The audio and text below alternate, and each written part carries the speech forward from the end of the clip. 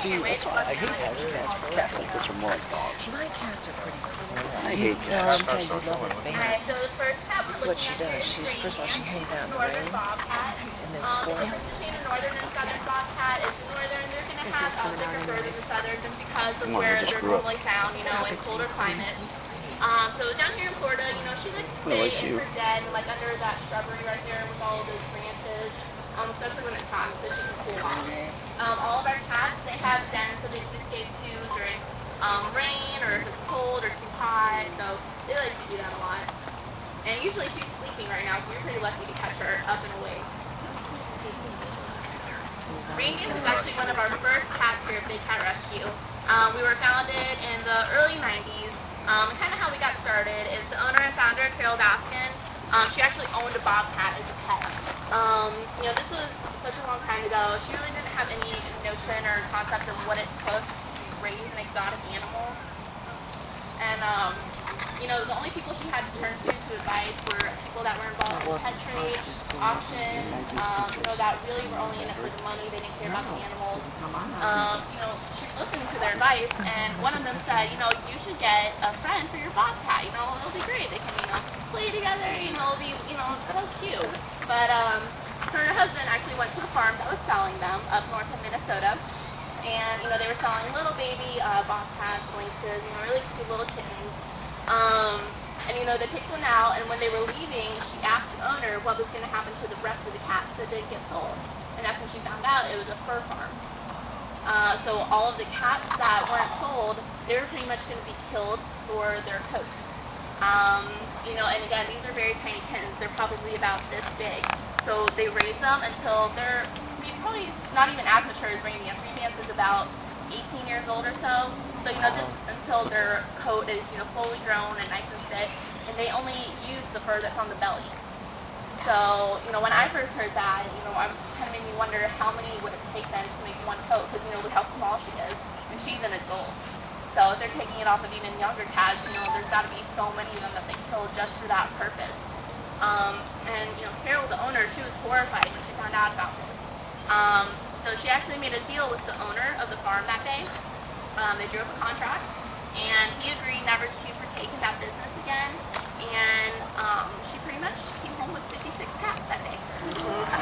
Yep, all little baby reindeers, and some lynxes too. So she shut down that whole fur farm. And since then, she's shut down 2 more. When was that she did that? This was early 90s. Yeah. So the fur trade is even still well and alive today.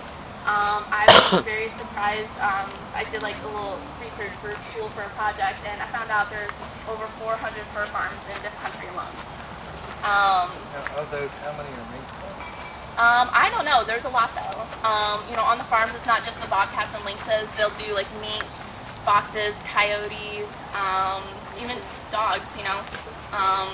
And it's really horrible that that's even legal. But pretty much the fur trade and auctions and all that, that's second to drugs in the United States. That's how much revenue they make. If you were ever in a store and it said faux fur, sometimes companies put that it's fake and it's actually real.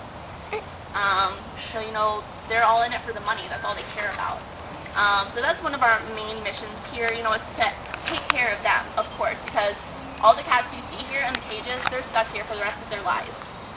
Just because, people took them out of the wild and raised them, for their own entertainment or, for their own pleasures, for money. So all of them, because they've been around people, they can't be sent back out in the wild because they don't know how to take care of themselves. So this is pretty much like jail for them. We do a lot to try and take care of them as best we can and keep them entertained and active because we don't want them to get lethargic or bored or anything, especially if they're going to be here for so long. Usually out in the wild, a cat will live 10 to 12 years and then double that in captivity. So they're here for a long time. A lot of the cats we have here are in their higher teen years, early 20s. So it's long. A lot of them are older. But as you can see, Radiance is pretty happy. She definitely loves the tour group. When you see socialized with any other bobcats, do you have to... You mean like on the here? Oh no, the cats that you see in the cages, that are alone, they stay solitary. Sometimes we might put two cats together if we think they might benefit one another and get each other, more active, more social. But for the most part, cats are solitary, except for lions who like to travel around in prides. But for the most part, the cats on the property, they live by themselves. And, when I talk about, how, Carol found out how bad of an idea it was to keep these animals as pets, Raymond, she's here looking all cute, doing all this cute stuff, and it definitely doesn't help me out when I'm trying to tell you guys this. But, a lot of the cats, they have been around people for a long time, so fur is an asset.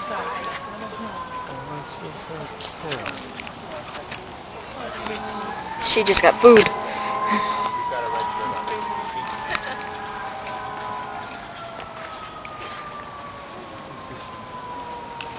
She actually recently just got moved over here too. This was her original home.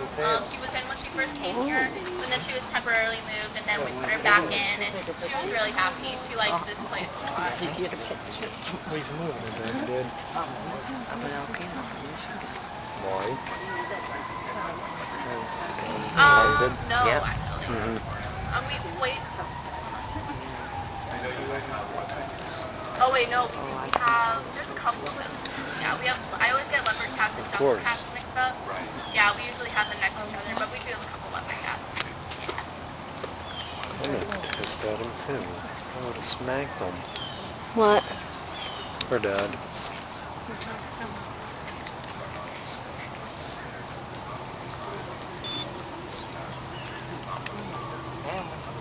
So they're just gonna stand there. Can't see him too well. Training you. Yeah.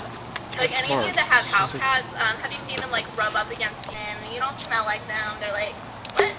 What's wrong with you? You don't smell like me anymore. So then they have to mark you all over again, and then you take them up. When you guys go home, your cat's gonna... Yeah, they're training you. No, Nibs is gonna stop me.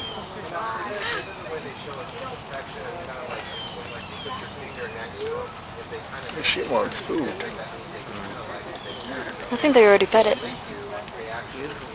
Mm-hmm. I